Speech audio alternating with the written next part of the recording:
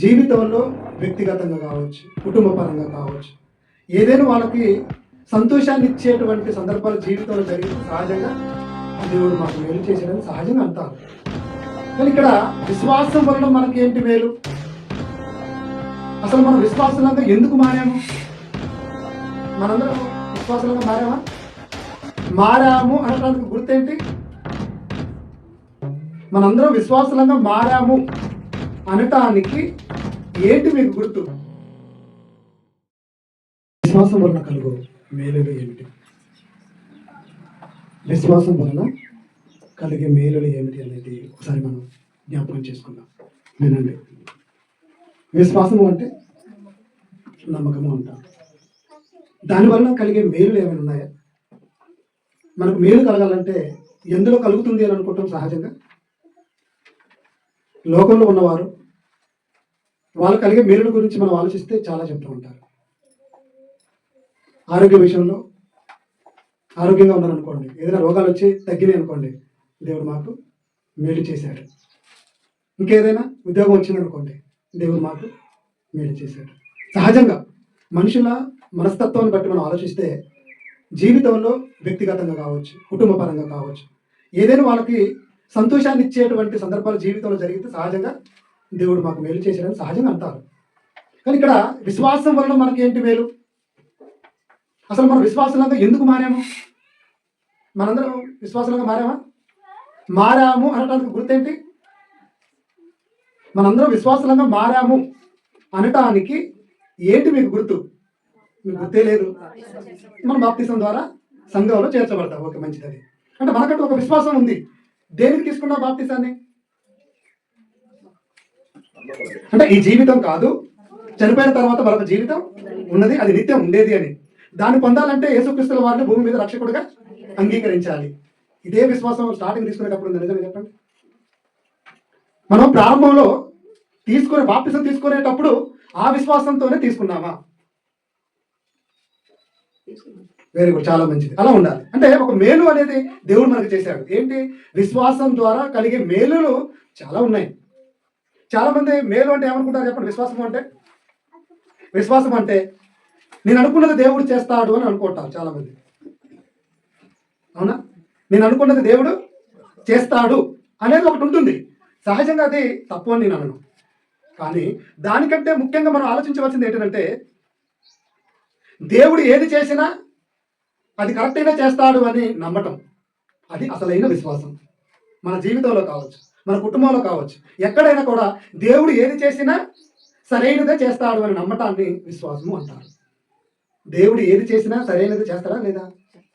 మనకు జరిగితేనే మేలు, జరిగితేనే కాదు, కీడు జరిగినా కూడా అది మనకు మేలే. ఏమంటే అర్థమవుతుందా? అది దేవుడు చేసేది ఏదైనా అది మన మంచి కోసమే చేస్తాడు అన్నది నమ్మటం ఏదైతే ఉందో దానిని విశ్వాసము అంటారు. కానీ ఇంత గొప్ప విశ్వాసాన్ని దేవుడు ఎవరికి ఇచ్చాడు? మనమంటే మనుషులం, అంతే కదా. మనకిచ్చాడు. భూమి మీద ఉన్న మానవులకు ఇచ్చాడు. అంటే మనుషులం, మనం జంతువులం కాదు కదా, మృగాలం కాదు కదా. కానీ ఇదే విశ్వాసం అనే ఈ యొక్క పదాన్ని ఈరోజు లోకం దేనికి వాడుకుంటుంది? మీ అందరికీ తెలుసు. మనిషికి విశ్వాసం ఉండదు. కానీ చూసారా, అక్కకు వచ్చింది ముక్క.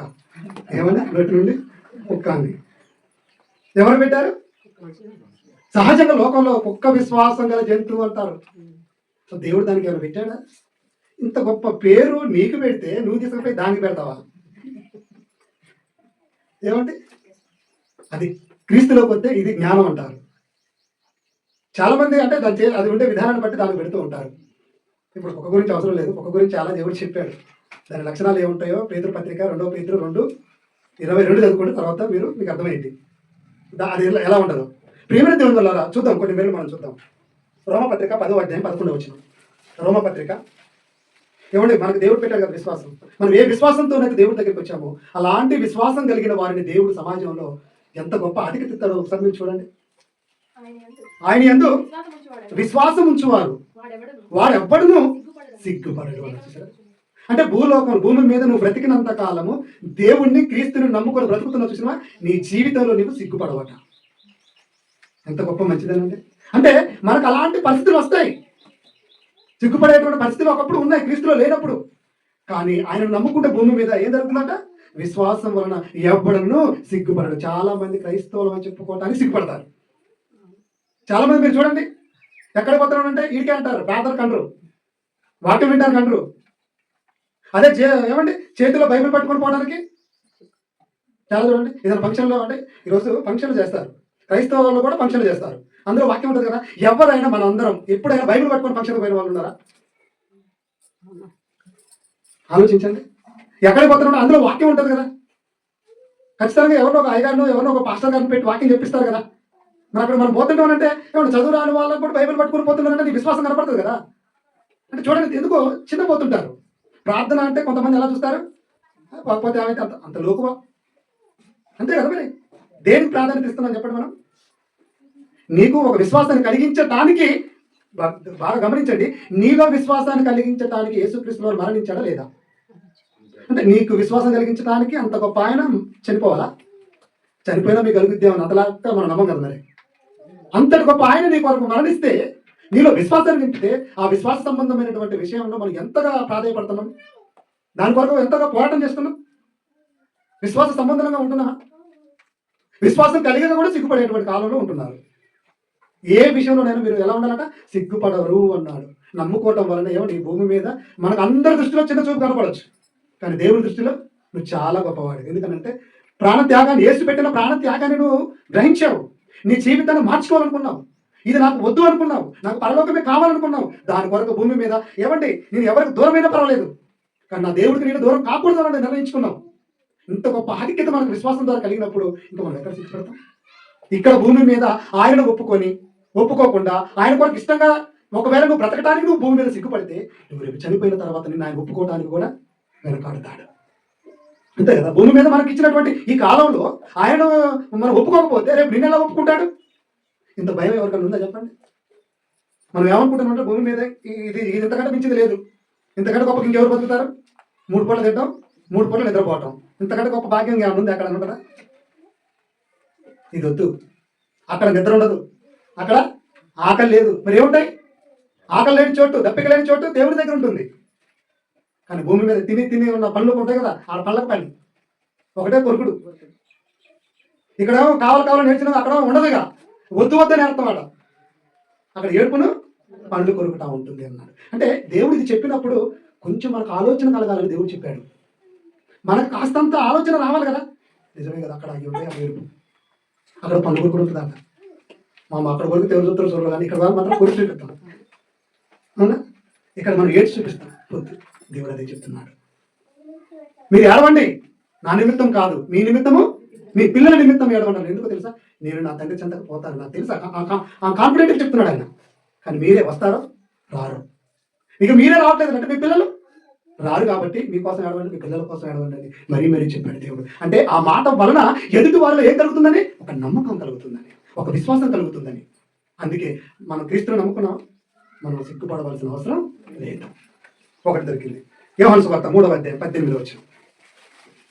యోహాను సువార్త 3వ అధ్యాయం 18వ వచనం. ఆయన యందు విశ్వాసం ఉంచువానికి తీర్పు తీర్చబడదు. అంటే ఇక్కడ మీరు గమనించండి, మనందరము తీర్పులోకి పోతాం. ఏమండి, ఇక్కడ మనం ఎవరికి తీర్పులు ఇవ్వకూడదు. ఇక్కడ మనం కాదు, మనకు తీర్పునిచ్చే ఆయన ఒక ఆయన ఉన్నాడు, యేసుక్రీస్తుల వారు. ఆయన ముందు మనం నిలబడతాం, తీర్పు తీరుస్తారట. అమ్మా వచ్చావా? ఏం చేసి వచ్చావు? ప్రభా నేనే అక్కడ చెప్పుకుంటాం కదా. నేనే అంటే మనలో ఏదో చేసినట్టే కదా. అవునా? ఏం చేసినావు? ఏం చేసినట్టు కలపలేదంటే అక్కడ పరిస్థితి ఏంటి? నీకు ఎంత విశ్వాసాన్ని కలిగించాను, విశ్వాసం నీకంటే ఎంతమందిని పుట్టించాను, ఆ విశ్వాసం కలిగిన వారు నా కొరకు, తమ కొరకు భూమి మీద ఎలా బ్రతికారు, ఇవన్నీ మర్చిపోయి బ్రతికినావు కదా అక్క. చెల్లె వెళ్ళిపో అంటాడు. యాడిపో ప్రభు అంటే ఎక్కడికి పోతాం చెప్పండి? భూమి మీద బ్రతుకున్నప్పుడే దేవుడు మనకి ఈ సందర్భాలన్నీ మనకు తెలియజేస్తున్నప్పుడు మన విశ్వాసం కలిగిన వాళ్ళపై ఉన్నామో లేదో అనేది పరీక్షించుకోవాలి కదా. ఎవరు పరీక్షించుకుంటున్నారు? ఒకసారి మీరు ఆలోచించండి. నా విశ్వాసం నేనే పరీక్షించుకోవాలి. నాలో ఎంత ఉంది? నా విశ్వాసం నన్ను పరలోకం చేర్చగలదా? ఎవరు చేర్చగలరు? నేనేం చేర్చలేనండి. నేనేం చేర్చలేను. నా మాటలు కాదు, ఆ మాటలు వింటున్న దేవుడి మాటలు మాత్రమే మిమ్మల్ని పరలోకానికి చేర్చగలవు. నేను చెప్పినట్టు చేయండి, మీరు పోతారని నేను అంటాను అనుకోండి, నేను పోతాను. దేవుడు నన్ను తీర్పులోకి తీసుకుంటాడు. నేను అది చెప్పట్లేదు. ఇలా ఉంటేనే తప్ప పోము అని చెప్తున్నాను. అందుకే తీర్పు తీర్చబడదు అంటే విశ్వాసంగా బ్రతికితే తీర్పు తీర్చబడదు అంటే దాని అర్థం ఏంటి? తీర్పు తీర్చబడదంటే మనం ఖచ్చితంగా కన్ఫర్మ్ చేసుకున్నట్టు. ఇప్పుడు రైల్వే స్టేషన్లోకి వెళ్ళి ప్రయాణం చేయాలంటే రిజర్వేషన్ చేసుకుంటాం. రిజర్వేషన్ కన్ఫర్మ్ అయినట్టుగా వస్తుంటుంది, లేదంటే వెయిటింగ్ లిస్ట్ వస్తుంది. అది ఎప్పుడు వస్తుందో తెలియదు. అయినా మనం ప్రయాణం అయితే చేయాలి కదా. ఈ లోపు గమ్యం చేయడం వరకు కూడా ఒకసారి రాకపోవచ్చు. కానీ ఇక్కడ అది రిజర్వేషన్ ఆల్రెడీ నువ్వు టికెట్ తీసుకున్న రోజే కన్ఫామ్ అయినట్టుగా. అది మీకు అర్థమైతే తీర్పు తీర్చబడతానంటే అంత విశ్వాసంగా మనం బ్రతికి చాలు. దేని కొరకు బ్రతకాలి భూమి మీద? నీ విశ్వాసాన్ని కాపాడుకోవడానికి బ్రతకండి. ఏమండి, నీ విశ్వాసాన్ని నువ్వు కాపాడుకోవడానికి భూమి మీద బ్రతుకు. లేదండి పిల్లలు ఉన్నారు, వారి కొరకు వద్దంటే వారి కొరకు బ్రతుకుతూ వారిని బ్రతికిస్తూ మనం బ్రతుకుతూ దేవుని కొరకు కూడా భూమి మీద బ్రతకాలి. అది విశ్వాసం కలిగి బ్రతకడం అంటే. ఇలా దేవుని కొరకు నమ్మకంగా విశ్వాసంతో బ్రతికే వాళ్ళు తీర్పు తీర్చబడరు. ఇంకా ఏం జరుగుతుందో తెలుసా విశ్వాసం వలన? అపోస్తల కార్యములు 10వ అధ్యాయం 43వ వచనం ఒకసారి చూడండి. అపోస్తల కార్యములు 10వ అధ్యాయం 43వ వచనంలో, ఆయన యందు విశ్వాసం ఉంచువాడు ఎవడును వాడెవడో వాడు ఆయన నామము మూలముగా పాపక్షమాపణ పొందునని ప్రవక్తలందరూ కూడా ఆయన గూర్చి సాక్ష్యం ఇచ్చుతున్నారు. ఎవరి గురించి సాక్ష్యం ఇస్తున్నారు? యేసుక్రీస్తుల వారి గురించి. ప్రవక్తలు యేసుక్రీస్తుల వారి గురించి సాక్ష్యం ఇస్తున్నారట. లోకరక్షకుడు వస్తున్నాడు, లోకరక్షకుడు వచ్చాడు, ఆయన ప్రభు అయిన యేసుక్రీస్తు, ఆయన మీద మీరు విశ్వాసం ఉంచండి, మీరు నమ్మకం కలిగి ఉండండి, మీరు రక్షణ పొందండి, మీరు బాప్తిసం పొందండి. అలా దేవుని కొరకు మారి బ్రతికితే మీకు ఏం దొరుకుతుంది? పాపక్షమాపణ దొరుకుతుంది. అంటే విశ్వాసం వలన కలిగే మేలు మూడోది ఏంటమ్మా? పాపక్షమాపణ. ఎవరైనా ఇది మనకు సాయం చేస్తానండి, 10 రూపాయలు సాయం చేయమని చేస్తారు. ఏమంటే డబ్బు రూపంలో సాయం చేసే వాళ్ళు ఉన్నారు, మాట రూపంలో సాయం చేస్తారు. నీ పాపాన్ని తీసివేసే టైంలో నీకు సాయం చేసేది ఎవరు? యేసుక్రీస్తుల వారు తప్ప ఎవరు లేరు. ఇంత గొప్ప భాగ్యం దేవుడు మనకి ఇచ్చాడు. అవునా కదా? చెప్పండి ఒకసారి, మీరు ఆలోచించండి. అంటే ప్రజలలో ఎలాంటి సాక్షిగా ఉండాలో తెలుసా? నీవు విశ్వాసానికి సాక్షిగా ఉండాలి. మనందరూ ఏమనుకోవాలి? దేవుడు ఈ లోకానికి ఒక సాక్షిగా నన్ను నియమించాడు. సాక్షిగా ఉన్నావా? ఆ సాక్షిగా ఉన్న నీవు ఎంతమందిలో విశ్వాసాన్ని కలిగిస్తున్నావు? ఏమంటే నేను నా జీవితం కావచ్చు, నా మాటలు కావచ్చు, ఎదుటి వాటిలో విశ్వాసం కలిగిస్తున్నాయి అన్న వాళ్ళు ఉన్నారా? నా మాటలు కావచ్చు, నేను చేసే పనులు కావచ్చు, నేను జీవించే జీవిత విధానం కావచ్చు, ఇవన్నిటిలో విశ్వాసం కలుగుతున్నా ఎవరికైనా? ఎవరైనా ఉన్నారా అలా? నేను చెప్పిన మాట అర్థమవుతుందా? మనలో ఉన్న విశ్వాసాన్ని చూసి విశ్వాసులుగా మారే వాళ్ళు ఉన్నారా? అలా మారలేదు ప్రభువా, నేనొక్కదాన్ని మాత్రం నాకు నేనే మారాను. అది కాదు విశ్వాసం అంటే. నీలో ఉన్న విశ్వాసాన్ని చూసి, నీలో ఉన్న పాపక్షమాపణ పొందుకునే లక్షణం ఏదైతుందో దాన్ని చూసి ఎదుటి వాళ్ళలో కూడా మార్పులు. 1 తిమోతి పత్రిక 1వ అధ్యాయం 16వ వచనం చదవండి. తిమోతి మొదటి పత్రిక 1వ అధ్యాయం 16వ వచనంలో పౌలు గారు తిమోతికి పత్రిక రాస్తా. అందులో ఏమని చెప్పాడు? ఒక మంచి మాట చూడండి, చదవండి. అయినను నిత్య జీవము నిమిత్తము, అది నిత్య జీవము నిమిత్తం తనను విశ్వసింపబోవు వానికి నేను మాదిరిగా ఉండులాగున యేసుక్రీస్తు తన పూర్ణమైన దీర్ఘశాంతముతో ఆ ప్రధాన పాపి అయిన నా యందు కనపరచున్నట్లు నేను కనికరింపబడితేనే. పౌలు గారి జీవితాన్ని ఒక్కసారి ఆలోచిస్తే ఆయన జీవితం ఎలాంటిదో ఆయన చెప్పుకుంటున్నాడు. ఎలాంటిది? పాపులు ఉన్నారు కదా, అందరూ పాపులే. అలాంటి పాపులలో నేను ఎలాంటి పాపిని తెలుసా? నెంబర్ 1 పాపిని. మనం ఎవరైనా అంటూ నువ్వు నెంబర్ 1 పాపి అంటే ఊరుకుంటావా అండి? ఊకం. ఎందుకంటే మనం ఏ పాపం చేయని వాళ్ళు అన్నట్టుగా ఉంటాం కదా. ప్రధానమైన పాపిని నేను. అంత ప్రధాన పాపినైన నన్ను యేసుక్రీస్తుల వారు ఏం చేశాడు? మార్చగలిగాడు. ఆయన మాటలలో నేను విశ్వాసాన్ని చూశాను, నాకు విశ్వాసం కలిగింది, నేను మారాను. కాబట్టి తనను విశ్వసింపబోవు వారికి యేసుక్రీస్తుల వారిని, దేవునిని నువ్వు విశ్వాసం కలిగి జీవించాలంటే ఆయన కొరకు ఆయన ఒక మాదిరిగా నన్ను పెట్టాడు అని గొప్పగా చెప్పుకుంటున్నాడండి. ఎంత గొప్ప భాగ్యం అండి. ఈరోజు మనం మాదిరిగా ఉన్నామా? అంటే విశ్వసింపబోవు వారికి మాదిరిగా మనం ఉండాలి. అదే దేవుడు నీలో ఉన్న విశ్వాసాన్ని చూసేది. కానీ మనలో విశ్వాసాన్ని చూసి చాలామంది ఇంకా నిరుత్సాహపడుతుంటారు. ఏమంటే మనకు వచ్చే కష్టాలను, మనకు వచ్చే బాధలను, మనకు వచ్చే అనారోగ్య సమస్యలు, మనకున్న సమస్యలు ఎన్ని ఉంటాయి చెప్పండి? చాలా ఉంటాయి. ఇవన్నిటిని చూసినటువంటి మనము ఎప్పుడు కూడా ఏమంటే భయపడద్దు, బాధపడద్దు. అందులోనే దేవుడి కొరకు ఇంకా ఉన్నతంగా బ్రతకాలి. కానీ ఏందో దేవుడి దగ్గర పోయిన కానీ ఏంటండి ఇవన్నీ? దేవుని నమ్ముకున్నప్పుడే బాగున్నాం, దేవుని నమ్ముకున్నప్పుడు నమ్ముకుంటున్నాం అన్నట్టుగా ఉంటారు కదా. తప్పండి, అది తప్పు. దేవునిలో నువ్వు ఎదుగుతుంటున్నప్పుడు నీకు కలిగే ప్రతి శ్రమలు కావచ్చు, ప్రతి శోధన కావచ్చు, ప్రతి విధమైన బాధలు కావచ్చు, వీటిలోనే మనం ఏం కావాలి? ఇంకా ఎదగాలి. అప్పుడు ఎదుటి వాళ్ళకి ఏం కలుగుతుంది? విశ్వాసం కలుగుతుంది. అంటే ఎదుటి వాళ్ళు మారాలి అనేటువంటి అవకాశం దేవుడు ఎక్కువగా ఎవరికి ఇచ్చాడు?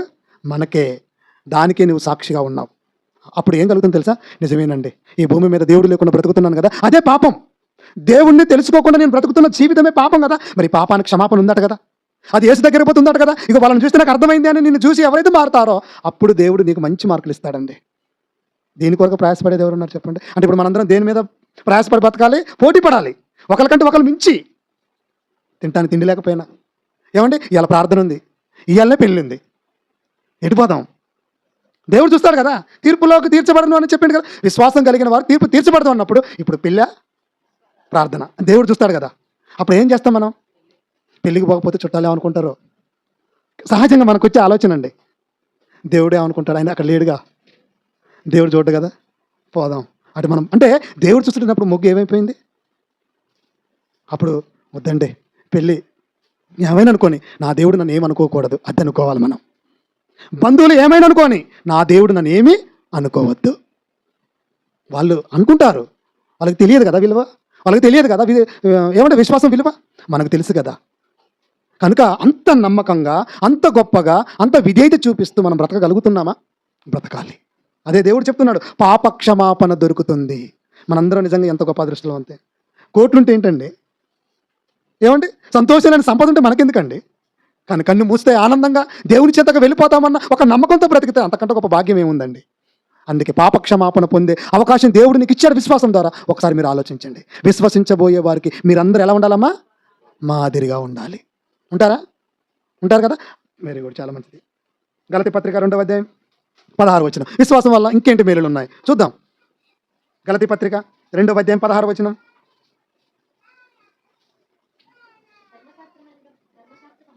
ధర్మశాస్త్ర సంబంధమైన క్రియల మూలముగా కాక అది క్రీస్తునందలి విశ్వాసం మూలముగా నీతిమంతులమై తీర్చబడుటకై. నీతిమంతులమని తీర్చబడుటకు యేసుక్రీస్తు యందు విశ్వాసం ఉంచి ఉన్నాయి. ఎందుకు విశ్వాసం ఉంచారట వాళ్ళు ఆ రోజు సంఘం?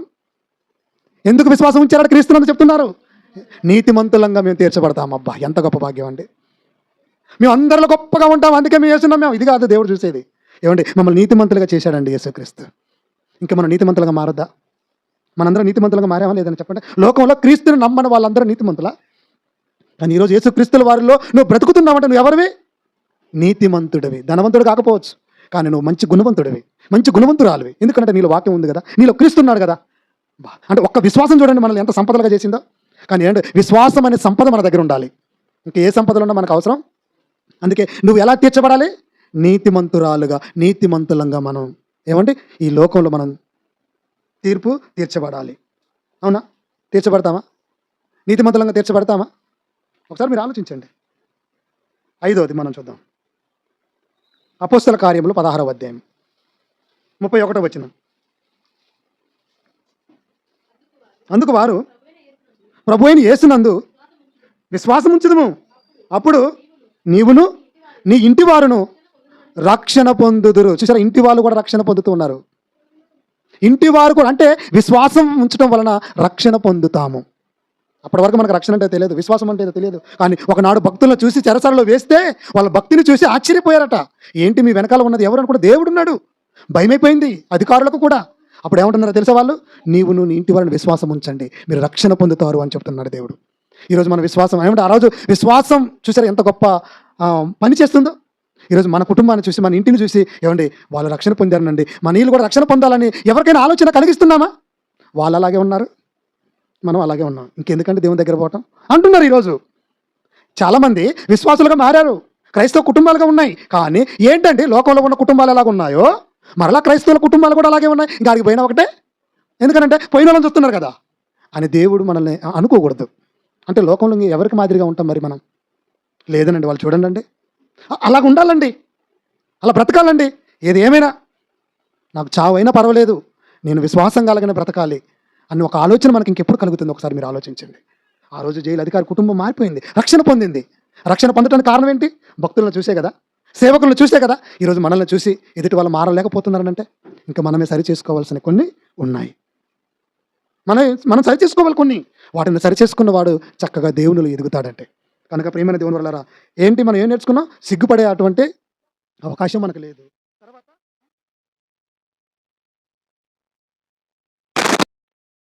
తర్వాత నీతిమంతులంగా మనము తీర్చబడతాము. 5వది రక్షణ పొందుతాము. రక్షణ భూమి మీద బాప్తిసం తీసుకోమని వచ్చేదే కాదు, అంతం వరకు దానిని సహించువాడు రక్షణ పొందును అన్నాడు. నీ జీవిత పర్యాంతం వరకు దానిని కాపాడుకోవాలి. ఇంకోటి ఏంటో తెలుసానండి, అదే యోహాను సువార్త కొంచెం ఏంటండి, యోహాను సువార్త 6:40 కుమారుని చూసి ఆయన యందు విశ్వాసం ఉంచు వారిని ప్రతి వాడును నిత్య జీవం పొందుటే. తన కుమారుని చూసి మనందరం ఎవరిని చూడాలి? మనందరం ఎవరిని చూస్తాము? యేసుని తప్ప అందరం చూస్తాం. నన్ను చూడాలన్నా నాలో ఎవరు ఉండాలి? క్రీస్తు స్వరూపం మీ యందు ఏర్పడు మరలా ప్రసవ వేదన అంటాడు. అర్థం ఏంటి? ఏ క్రీస్తు మాటలు అయితే విని సంఘంలో చేర్చబడ్డారో ఆ లక్షణాలు అప్పటి వరకే ఉన్నాయి, తర్వాత జీవితంలో కనబడట్లేదు. మరలా క్రీస్తు స్వరూపం మీలోకి రావాలి అని కోరుకుంటున్నాడు ఆయన. మరలా ప్రసవ వేదన మీకోసం పడుతున్నాను. మనలో క్రీస్తు ఉన్నాడా? క్రీస్తు స్వరూపం మనలో ఉన్నాయా? పేరు క్రీస్తు స్వరూపం రాక్ష స్వరూపం టైప్లో ఉంటారు. అలా ఉంటేలా కనబడాలి కదా కాస్త. క్రీస్తు స్వరూపం మీ అందు ఏర్పడే వరకు మనలో ఏం ఏర్పడుతుంది? విశ్వాసాల జాబితాలో ఉన్న వారిని చూసుకోండి. అందుకే అక్కడ కుమారుని చూసి అన్నాడు. మీరందరూ మనమందరం, మీరైనా మనం అందరం ఎవరు చూడాలి? ఎందుకన్నాడు? ఎబ్రీ పత్రికలో మనకు తెలుసు కదా, 12వ అధ్యాయం. విశ్వాసమును కర్తయు దానిని కొనసాగించు వాడినైనా యేసు వైపు చూచుచు నడవండి. పక్కన నాకేం చూసినాక కింద పడతాం. వాళ్ళు తెలిగిపోయింది, నాది కూడా తెలియదు, కామైపోతాం. ఒకరికొకరు పురుకొల్పుకునేటట్టుగా ఉండలేం మనం. అందుకే పురుకొల్పుకోవాలంటే మనందరం ఎవరు చూడాలి? విశ్వాసానికి కర్త అయిన యేసుని చూడండి. భూమి మీద అంటే మనుషులు చూడొద్దన్నది కాదు, చూడాలి. కానీ వాళ్ళు చూస్తే మనకి ఏం కలగాలి? మనలో మార్పు కలగాలి. ఒకవేళ బలహీనులమైనా యేసును చూస్తే బలవంతులు అవుతావు. ఒకవేళ నువ్వు బలహీనులను చూస్తున్నావా, వాళ్ళని కనుక నువ్వు చూస్తే ఇంకా నువ్వు బలహీనుడు అయిపోతావు, నువ్వు బలహీనురాలు అయిపోతావు. ఇంకెక్కడ నువ్వు విశ్వాసంలో కొనసాగుతావు? అందుకే ఇప్పటి నుంచి ఎవరు చూడాలి? మీరందరూ చూస్తారా? ఇప్పుడు చూసారా మీరు? ఇక్కడ మనం చూడలేదు, వాక్యాన్ని చూస్తాం. కానీ ఏమంటే ఈ నేతలతో మనం చూడలేదు, అవకాశం మనకి ఇక్కడ లేదు. కానీ మరి చూసే అవకాశం ఒకటి ఉందన్నాడు కదా, అది నిత్య జీవం పొందుతే అన్నాడు కదా. నిత్య జీవం పొందాలని ఎవరికి ఉంది చెప్పండి? నిత్య జీవం పొందాలనుకున్నారా? నిత్య జీవం పొందాలంటే మన ప్రతి అడుగు క్రీస్తు కొరకు ఉండాలి, మన ప్రతి ఆలోచన క్రీస్తు అయి ఉండాలి, మన మాట క్రీస్తు అయి ఉండాలి. అసలు టోటల్గా మన జీవితమే క్రీస్తు క్రీస్తు క్రీస్తు అని ఉండాలి. కానీ ఎక్కడ మన మాటలు చూస్తే క్రీస్తులా మాట్లాడతామా? ఏమంటే చాలామంది అంటూ ఉంటారు, వాళ్ళు క్రైస్తవులేనా అండి? ఆ మాటలు ఏంటంటే మాటతోనే పోతుందండి. ప్రమాదం ఏడో తెలియదు. అందుకే ఎన్నిసార్లు చెప్తున్నాను, కంట్రోల్ ఎవర్ టంగ్ అని. మనం ఆధీనంలో ఉండాలి. నిజంగానండి. అక్కడ ఏమన్నా అందుకే యేసుక్రీస్తు వారు చాలా జ్ఞాని అండి ఆయన. మన విశ్వాసం లక్షణాలు కూడా బయటపడాలంటే మనం అలాగే ఉండాలి. స్టిక్కర్ వేసుకోవాలి. అసలు మీరు అవసరం ఉన్నప్పుడే మాట్లాడాలి, తిండి తినేటప్పుడు తీయాలి, ఏదైనా అవసరం ఉన్నప్పుడు. అప్పుడు అలాగే అనిపిస్తుంది ఇప్పుడున్న కాల పరిస్థితిని మనం చూస్తే. వద్దండి, చిన్న మాటతోనే ఏమంటే యేసుక్రీస్తు వారి పక్కన దొంగలకి 2 సెలవు వేసారా వేయలేదా? తనతో పాటు ఒక ఆయన ఏమంటున్నాడు, నువ్వు రక్షకుడుగా, నువ్వు రక్షించుకొని నన్ను కూడా రక్షించవచ్చుగా. ఇంతేనా ఉండేది? పక్కన ఏం మాట్లాడాడు? ఎందుకు అలా మాట్లాడుతున్నావు? ఇది నేరం చేసిన మనకి కరెక్టే వేయటం. ఆయన ఏ నేరము చేయలేదు, మనం నేరం చేసినాం, మనకి వేయటం కరెక్టు. నువ్వు ఎందుకు అలా మాట్లాడుతున్నావు? యేసు నువ్వు వచ్చేటప్పుడు నన్ను జ్ఞాపకం చేసుకోవా. నోటి మాటతో ఏం సంపాదించాడు? నిత్య జీవాన్ని సంపాదించుకున్నాడు. మనకున్న అవకాశం ఏం చేస్తున్నావు తెలుసా? బ్రతుకునిస్తున్న కొద్దీ మనం ఇంకా దూరం చేసుకుంటున్నాం దేవుణ్ణి. మాటల చేత, క్రియల చేత. ఎంత భయం కలిగి మాట్లాడాలి, ఎంత ఒళ్ళు దగ్గర పెట్టుకొని మనం జీవించాలి. ఎవరు జీవిస్తున్నారు? ఒక్క నోటి మాటతోనండి నన్ను జ్ఞాపకం చేసుకోవయ్యా అంటే దాని అర్థం ఏంటి? పశ్చాత్తాపడుతున్నాడు. నేను చేసింది నేరం, నాకు ఇది పడటం న్యాయం.